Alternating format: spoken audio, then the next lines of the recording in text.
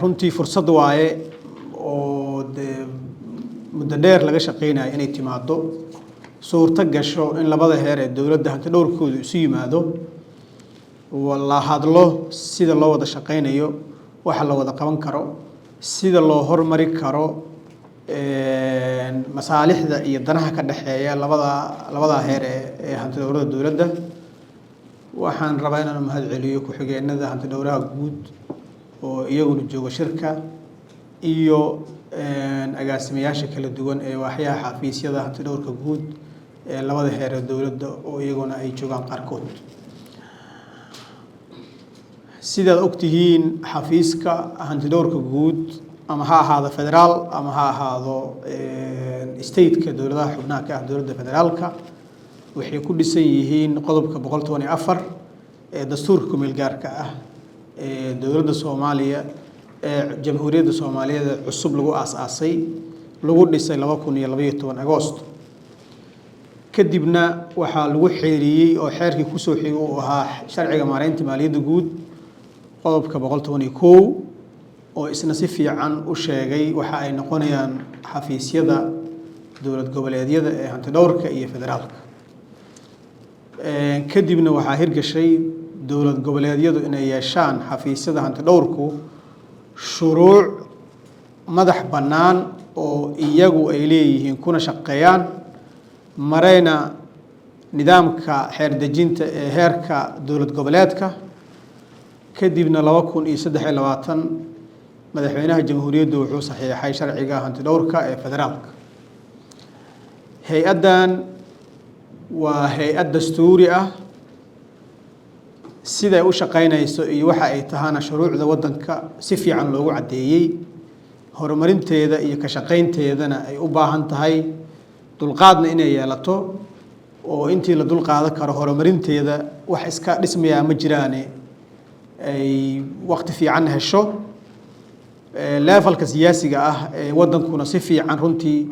hay-ad labada heerba sharci leh oo sharciga dowlad goboleedkana heerka dowlad goboleedkana sharci leh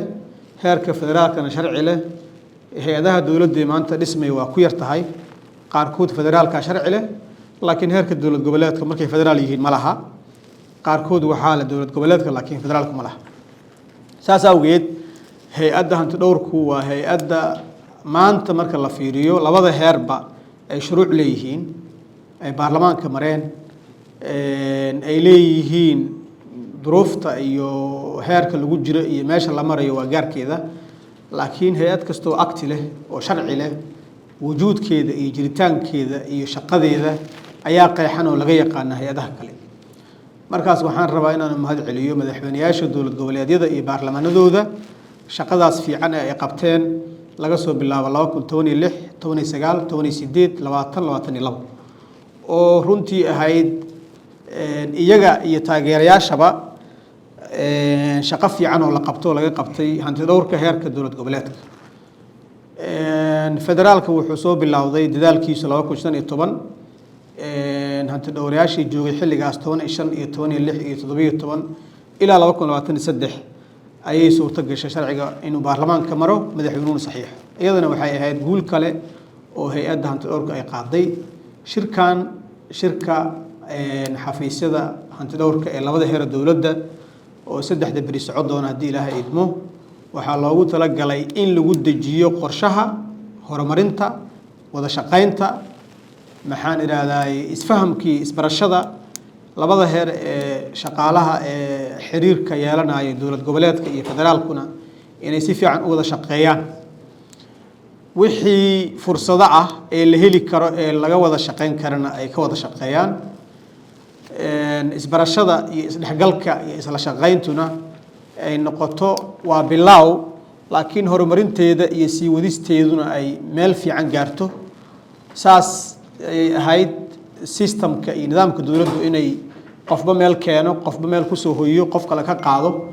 maadaama la rabo in hay-adaha dowladdu cumri ahaan ay cumri dheer yeeshaan oo ay muddo dheer shaqeeyaan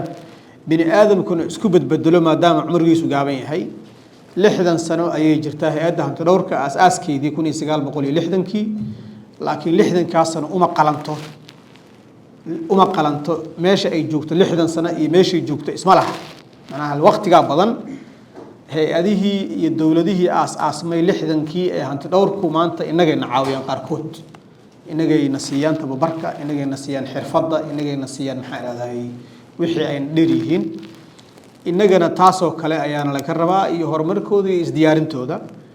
fursadana waa haysanaa maanta oo nidaamku mar walba oo xeerka uu yaallo oo sharcigu qoran yahay hay-adaha dowladda saddex arrinaa muhiim ah hay-ad kastoo dowladeed act inay leedahay sharci inay leedahay miisaaniyad iyo structure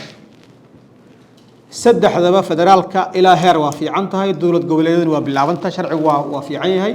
budgetka way leeyihiin ma la helaa iyo waa la waayey wax kala waaye laakiin way leeyihiin structurekiina way leeyihiin waxaan rabaa shirka inaan furo in soo dhaweeyo dooda noo bilaabatay haddii ilaahay idmo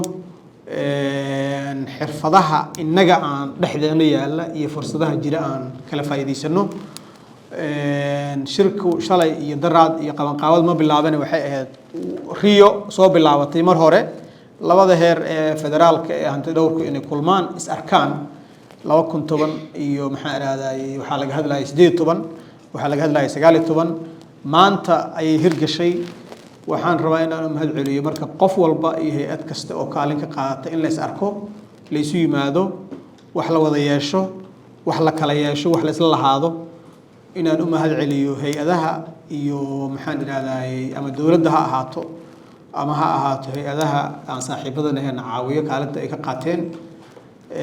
xafiiska hantoorka guudna waxaan rabaa capacity fiican iyo karti fiican ay muujiyeen shaqada ay qabteen iyo dadaalka ay sameeyeen ayagan aan uga mahad celiyo oo shaqada bishaa socota May inuu qabsoomo June inuu furmo inuu xilligiina ku furmay dadaalkii iyo intii loo baahnaana waa ay sameeyeen iyaguna waa mahadsan yihiin shirkuna waa noo furan yahay